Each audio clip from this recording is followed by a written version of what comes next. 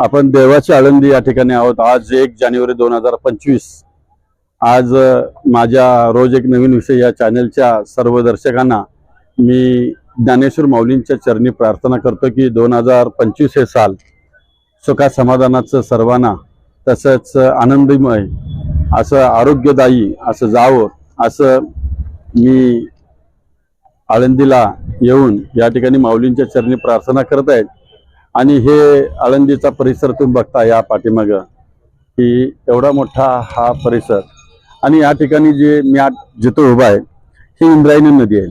मित्रांनो, ही जी इंद्रायणी नदी आहे या इंद्रायणी नदीमध्ये हजारो भाविक या ठिकाणी हे स्नान करत असतात।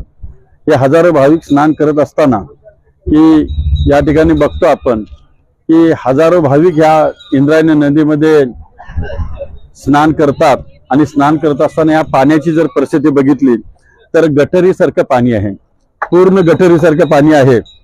आणि या गटरीसारख्या पाण्यामध्ये हे भाविक असे स्नान करायला लागलेले या ठिकाणी तुम्हाला बघायला मिळेल। आणि या ठिकाणी ह्या माझ्या डाव्या साईडला जर बघितलं या स्तंभाच्या पुढे तर काय इंडस्ट्रियल एरिया आहे आणि या इंडस्ट्रियल एरियाचं सगळं केमिकल युक्त पाणी, सांडपाणी या इंद्रायणी नदीच्या या पात्रामध्ये सोडलं जातं, म्हणून ही परिस्थिती निर्माण झालेली आहे। तर मी महाराष्ट्र शासनाला आणि मंदिर प्रशासनाला विनंती करतो की हजारो लाखो भाविक या पाण्यामध्ये स्नान करतात, तर याचं हे पवित्र आहे, हे पाणी पवित्र आहे। तर तुम्ही याच्यामध्ये सोडणारे इंडस्ट्रीचं जे काय सांडपाणी केमिकल युक्त आहे याला थांबवण्यासाठी प्रयत्न करा।